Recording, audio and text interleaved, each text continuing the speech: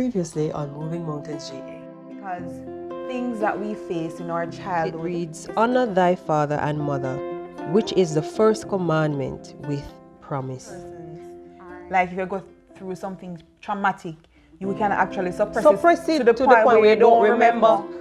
There's always more than one reaction to abuse. So the flip side of that is that It's the to same succumb. females who grow and see their fathers beating their mothers or stepfathers beat, or whoever the case may be, they grow up thinking that it is normal. So you grow up, hey, it's a deep thing, you know. Yeah. Deep thing, you know. Yeah. It's a very deep thing. But I think a part of it is sometimes the reason why people repeat, or what's the word? When you don't forgive, you have this tendency to want to change the ending. You understand? Mm-hmm. Let me put it this way. All right. You're in a relationship with an abusive person, like somebody who beat you, and it don't work out. There's a reason why it don't work out, but you're going to find somebody else who beat the same way. Yeah. And it's like you want to change that person from stop beat you. It's just a case where you want to see people differently, that you want to change the ending of a story where you already know. It makes sense to you? No, I understand.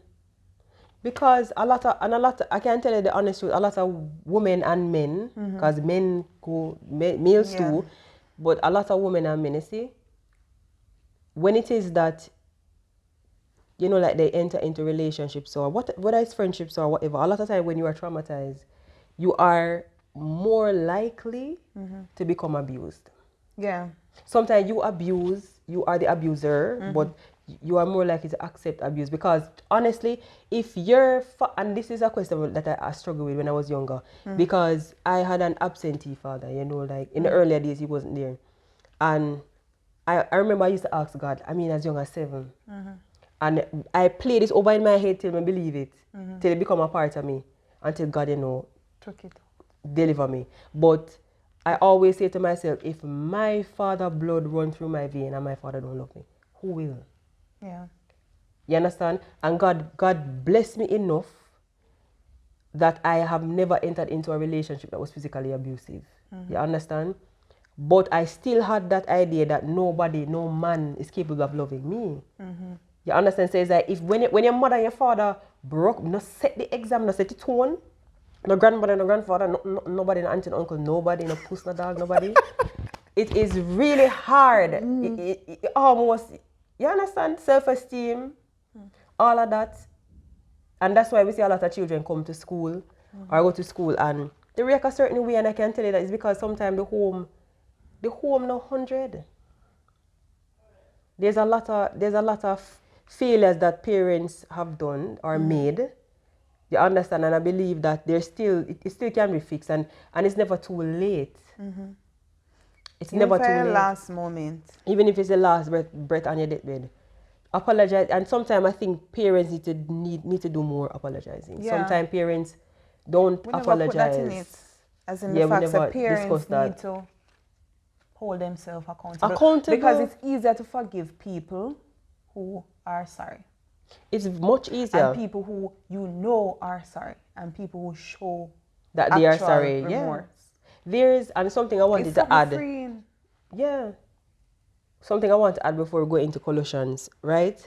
Is I realized that as there's another famous quote that says, hurt people hurt people. And a lot of times our parents, because we're not being unrealistic, you know. Let me tell you, you see, our parents, especially in the 50s, 60s, 70s, they had some very hard childhood. Listen, Yeah. I'm grateful for my struggles, because if they tell you their story about the hardship that they went through, some of them mothers not even tell them about period. You understand? Some see their period and automatically they believe that you're having sex. Like some weird, if some people tell you some stories, some weird things happen. So we're not being, we understand, but I believe that when parents, because especially we're coming the from older an ones, age of ignorance. yes, it's like they will tell you that, well, my mother beat me and me never dead. So, you know, we go through all this and me never dead. It work, it good for me. Eh? So it's like, instead of becoming, and guess what, they're hurting, you know. Meanwhile, they're acting as if they're not hurting. Yeah. So sometimes a lot of our parents and grandparents, and the list goes on, they are hurting and they're not healed either. And when you're, I don't care how your heart good, it's when you're hurting, you're going to hurt people. Because your good heart not really stop from do all of that. You're broken when you are broken. Even when you have a good heart, you are still going to hurt people. Even when you're not trying. You have to heal. Even when you're not trying, you have to heal. It's a must. Yes, guys, you have to heal. Okay, so we're going to look at Colossians 3. Is this why is it important to forgive? No, we're moving on to Is it easy to read it something else? Okay, yes. So let me read Colossians 3 verses 20 and 21. All right, so it says, children, obey your parents in all things, for this is well-pleasing unto the Lord. Fathers, provoke not your children to anger, lest they be discouraged. So a lot of times we hear, for those who go to church, or for those who, children. Or children, we hear a lot, we parents pray, whether them religious or not, or some never go to church from them born. But they're always talking, children obey your parents. And it's chapter and understand. But a lot of time you might think that that's where the scripture ends. Yeah. Or the Bible does end there, you know. God is a just God, you know. Very just. Very objective. Okay. Yeah. So you know, left no stone unturned. He's a just God. So there are a lot of times like parents frustrate their children to wrath. Where it says, provoke them not to anger. This says anger. Lest they be discouraged. A lot of parents discourage their children. So we're talking about forgiveness, but we also shed light on the failures. The failures. Yes. So we are forgiving, but the things that we can work on. Do well in a school. In no sense. Yeah. And then the favoritism. And sometimes the favoritism is not even their own children. It's children outside. Other people, children. Can you imagine? Look at Miss Mary, granddaughter. Look at this one. He getting this grade and this. And you don't know who you don't know what that picnic they do. A picnic probably never take up a plate wash. Exactly. So it's kind of silly. Yeah. And it is discouraging. A lot of parents, and for those who are parents and who are making these mistakes can learn. Yes. And for us who are not yet parents, we can still learn. We're not judging or scolding. But we want to improve. We want to become better. Be better at ourselves and all of that. We want to grow. It's growth. We support growth at Moving Mountains JA. So we discourage a lot of time. And when earlier we were discussing this, where sometimes parents provoke their children in a way where, like, for example, you live in one room or you live in bad conditions and your home is in bad conditions. And the situation is so bad, one room or no this, no that, it is so bad and you're struggling, no father figure, or just no work or whatever the case may be. And your children is struggling, because we have to understand that if you're children struggle too, and children struggle when they see their parents struggle. Okay, because you're going to feel the need to be responsible. And feel guilty. Sometimes you blame yourself. I don't know who is that me. Maybe I used to blame myself, thinking that maybe the reason my mother struggles so. Because she have to take care of me. And parents, parents have this tendency to, like, because I know growing up, if you ask Carice what she want, I don't know. And even now, I not ask a thing. You're not demanding. I not demand. If you're not offer me something, I find it hard to ask. And if you ask for something, you make me feel like me bother you, I probably not going to deal with you. Again. You understand? Yeah. And sometimes you have to do it like your parents, like, it's hard to get this. Yeah. And satisfy. So sometimes, like, it's like if you have a choice or if you have a preference, it's you being greedy. Yeah. So sometimes it grows in some situation where, and boy, then make it, how hard it is to accomplish every little thing. Yeah. It is very stressful, you know? It's stressful, and we have to understand. And a child, and you have to remember that a child's brain is not as developed. Yeah, it's perceived things differently. You understand? And you don't want to frustrate your children into becoming the adults. So sometimes when we think about frustration, just adding to what Chris was saying, so you're in a situation where the life is so hard, and you keep on having children. You keep on having children. Sometimes it frustrates. But it comes down frustrates to the children. same thing that I was talking about is the desire to change the ending. Is a lack of acceptance. So you have one pitney and the father gone. You go have one next one, the father gone. You got to try a third man. You keep trying to change the ending. Yeah. And you know what is sad? Like sometimes and then the children, you understand, them end up suffer. They are the ones that are going to suffer. And sometimes some children might say to their parent that, Mommy, you know, sister them money, because some children are very intuitive, by the way. And very children vocal. Are and sometimes intuitive. even quiet ones. I mean, I guess even say vocal. Children are very. So sometimes they will come and say that, Mommy, don't have no more kids, or Mommy, don't this. And it's like you feel disrespected, but it's like all of the responsibility is going on them. Yeah. So and a lot of times. And it's have a share. No, when I already get one dumpling. And no attention. Because remember, each child should get attention. Yeah. When you have so much, and it's not the amount, but it's the instability. You understand? If you love children and you can afford them, and afford them, I mean you're rich. Yeah. But if you can the necessities and you love, like you are somebody who is loving and care and gentle and there and present, that is a totally different situation. But we're talking about parents who are more absent, parents who are in the house but they're not in the house. Yeah. Because you can't in the house and still not present. Absent. So that's the next thing. So we don't want to be frustrating our children. We definitely don't want to be doing that. As the Bible says, we ought not to. We're not to. We're not to. And parents can become more encouraging to their children. I think sometimes parents dwell a lot on I'm here to provide. I'm here to submit. Yeah. So it's like sometimes you have the video I shared. That's what you're supposed to do. Where the child was saying that's what you're supposed to do. Exactly. Yeah, like. And then it make you feel like you have no worth, because it's like your parent or guardian is always you're supposed to provide. Yeah, it's not you're not doing anything You're extra. not doing extra. We're grateful for it. And if I say this, it comes across as rude. It's ungrateful. It's not. But you have an obligation. Me. I was where I was.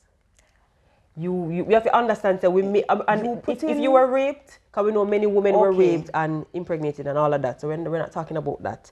Or if you were forced into a marriage, we understand that there are different variables. Those scenarios. But situations where you chose, take up yourself, unprotected, had 2 days, did nothing, and then every single day of your child's life you're going to blame them or put the responsibility on them. No. And make them feel like they're ungrateful for what they should get. They should get.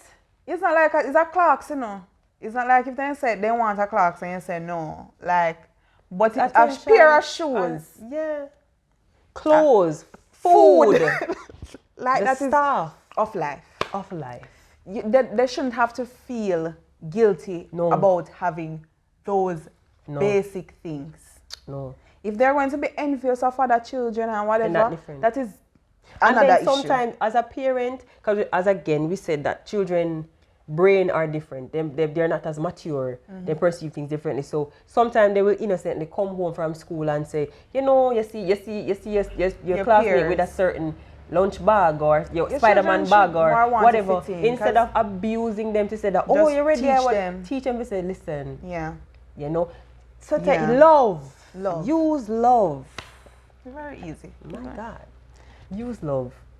That's just it. And I think a lot of time I will go back to, sometimes there are some children that is just so manipulative. Sometimes they think that as you chastise them, you don't love them. We're not talking about those children. We're not advocating for those children. That's the difference. We're advocating for children to therapy who are actually being abused and neglected and rejected. Yeah. Right? But there's even when you rebuke your children, love should be in it.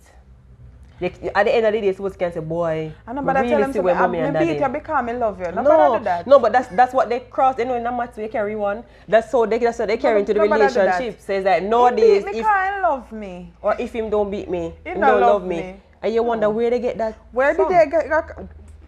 Where did they get that? Where did they get that wild concept? Yeah. So, who could as we said before, children are like a blank slate. And you're painting it. And you are painting it. You just have and to you are be the careful. first set of hands. Yeah. You know, you see, for example, even basic school. Sometimes I wonder.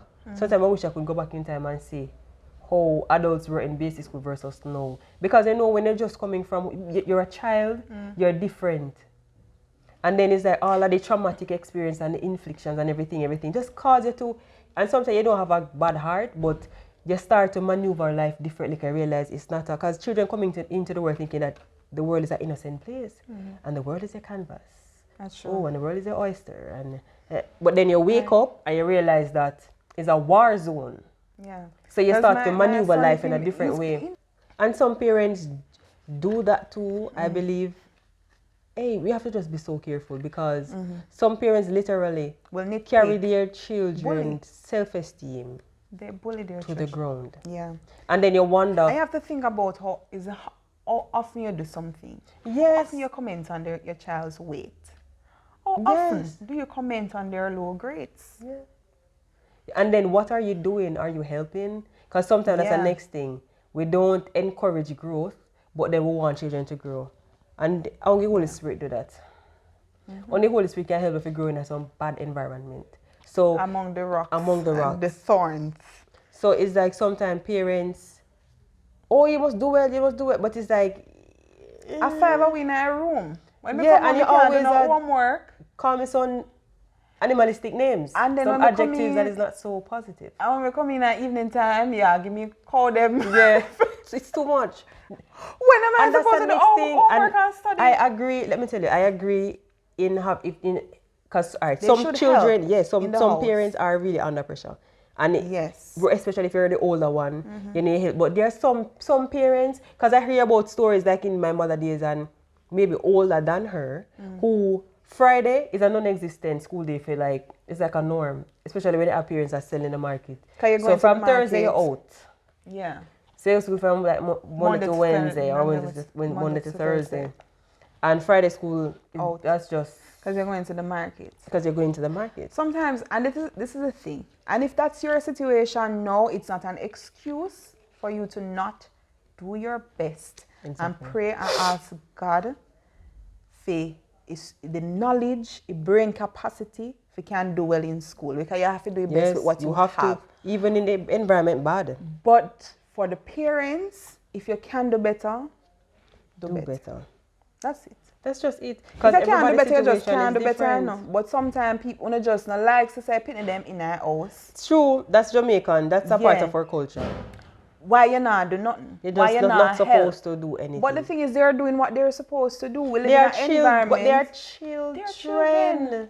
They're supposed to be. When you're an adult, you have to get up most days, clean, take care of children, go to work. When you're a child, your job is to obey your parents, do well in school, help out, with chores here and there, and be a good kid. That is it. Chores, not work. Not work. Chores. You understand? So sometimes I believe that a lot of children, they are stressed. They are stressed.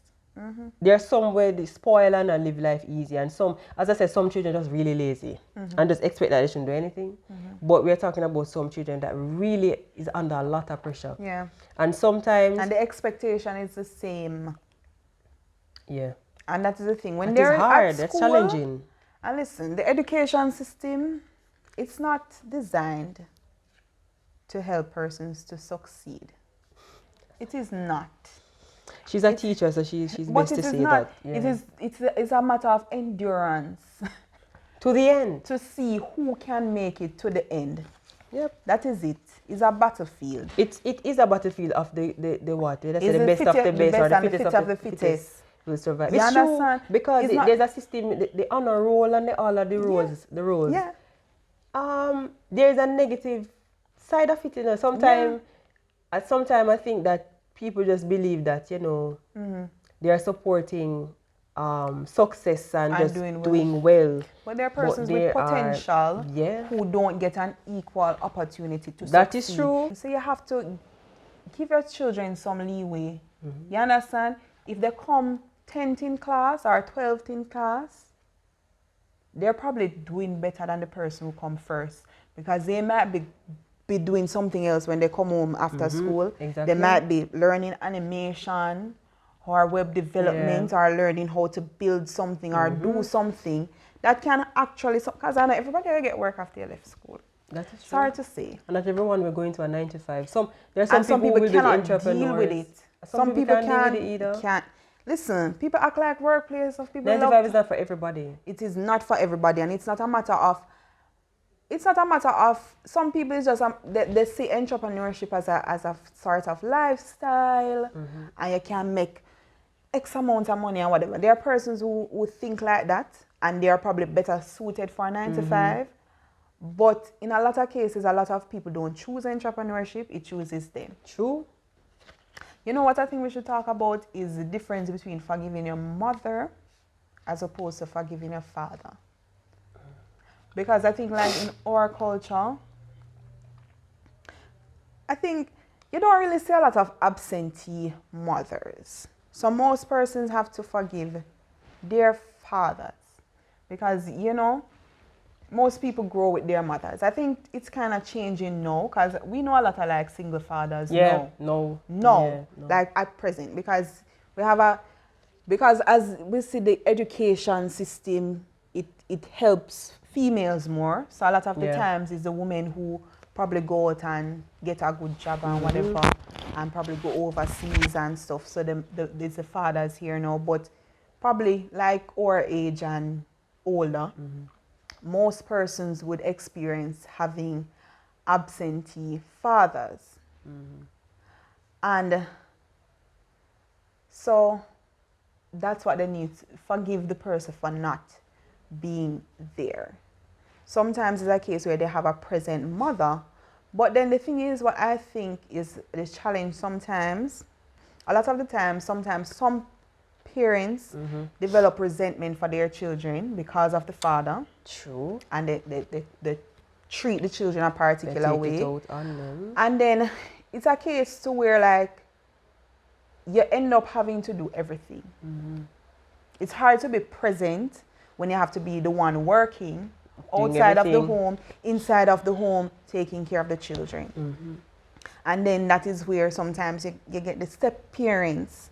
And so you have to think about choosing a good step parent. A good step parent. Choosing a good father or a good mother for your child is one thing, you know. But a step parent. Because this is somebody who's going to have to love someone that they did not create. You understand? And they will either see it as a addition to you, or they can see it as a detractor. You understand? So somebody can love you to death, you know, but if they don't love your children, then it can't work. It can't work. Well, it shouldn't work. It shouldn't work. But a lot of the times, because you probably find somebody who actually love your children, you know, more than you. Yeah, and that's true. That's possible. And it better if you choose that person. Yeah, but do we? Not, a lot of times. That's not the case. You're going to choose who love you. You choose who is best for you and not best for your children. And I think there's a double standard, as I mentioned, forgiving your mother as opposed to forgiving your father, because there's a double standard because a lot of mothers, you know, they probably could have been better. But because they were doing everything, them expect more grace. And not just that, but I think we're quick to call out the fathers and not the mothers. Yeah. Because it's kind of like a guilt thing where you say, this person guilty. Carry you for 9 months. And then after how can you be angry? How can you hate this person? A lot of men have mommy issues. A lot of men will tell you that their mothers put men before them. Or put their other siblings before them, or put this before them. But they will never confront the mothers about it. Yeah. Because on the Mother's Day, they go all out. Same way. Hotel. But you still have that that unforgiveness, you still have Yeah. that little thing that you need to And say.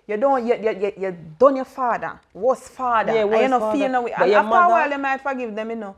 And it's easier to forgive a person when you lash out, pan. Some other time because you already get that out of your system, Yeah. so they know.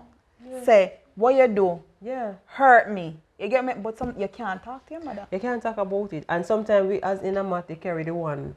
So a lot of times men are abused, men have mommy issues. A lot of us have mommy issues, not just men. And there's another thing too, you know, because a lot of when they see their mother doing everything too, there's this fear of letting go. So there's the opposite where they don't hate their mothers or have any resentment, but there's this feeling now to almost become their mother husband. Yeah.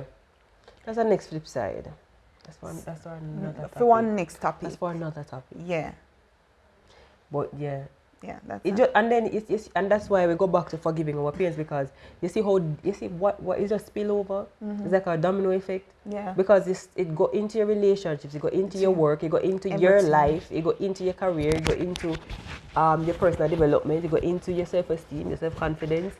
Every single thing, how you see yourself, it goes into that. Because, and I believe that we have to understand that though we know that God is our parent, there's still an attachment to your physical, biological but parents. the thing is, a lot of times, God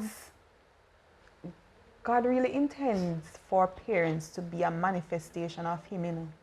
Yes. Because remember, I said God our Father. So really and truly, as a parent, God's supposed to be your source. And Him is supposed to emulate. And that's what I wanted. I wanted And us that to is mention why- that. You, as a parent who isn't leaning on God, you're bound to fail.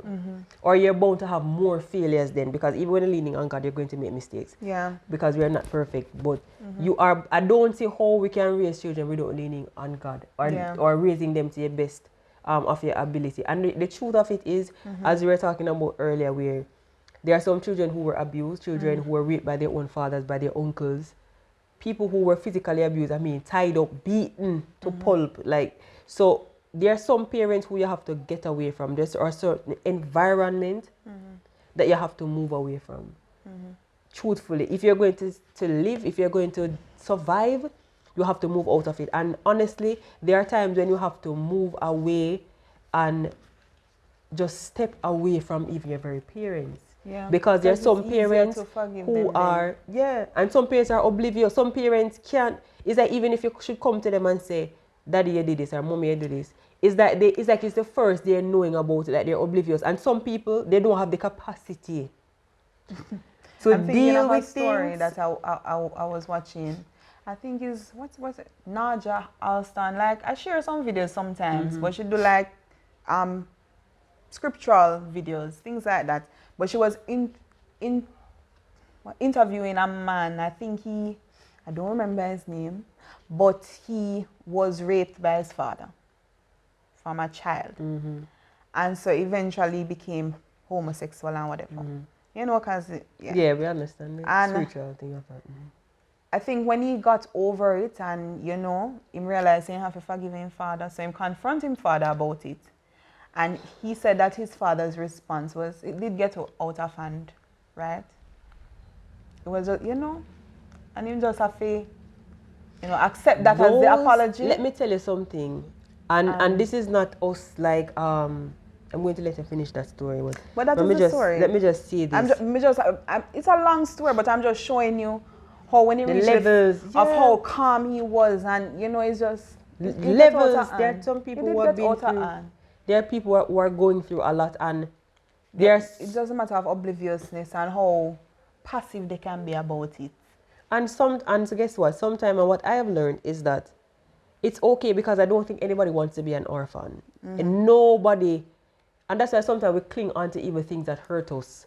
Because nobody wants to be rejected. Nobody wants to face reality sometimes. So sometimes we hold on to just, oh, you wanted daddy in your life. You wanted mommy in your life. To the point where you accept abuse every single day. And sometimes you have to accept that you might never know what it is like to have a father. You might die without knowing what it is like to have a mother and have a father. And it's a harsh reality, but you have to accept it.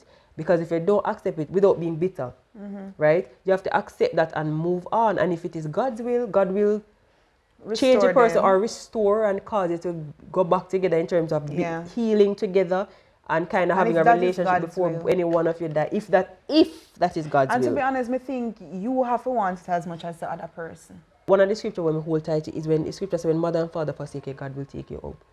Well, I know it's a loaded topic. Yes, it is. I think it's one of the hardest things that people ever have to do. Yep. And I think we want to end by the fact that a lot of us are going to become parents. And at some point, we're going to need that fight. Because no matter how good you are, it doesn't matter. Your children will love you to death. You understand? But they're going to probably wish you were there more. Yep. Because you might be a hardworking father or a hardworking mother, and you probably won't be there with them as much. And if you're not working a lot, you probably don't have the finances. So they're going to wish that you were able to do more for them. So, and it doesn't mean that they didn't grow up with love or anything. But everybody is different.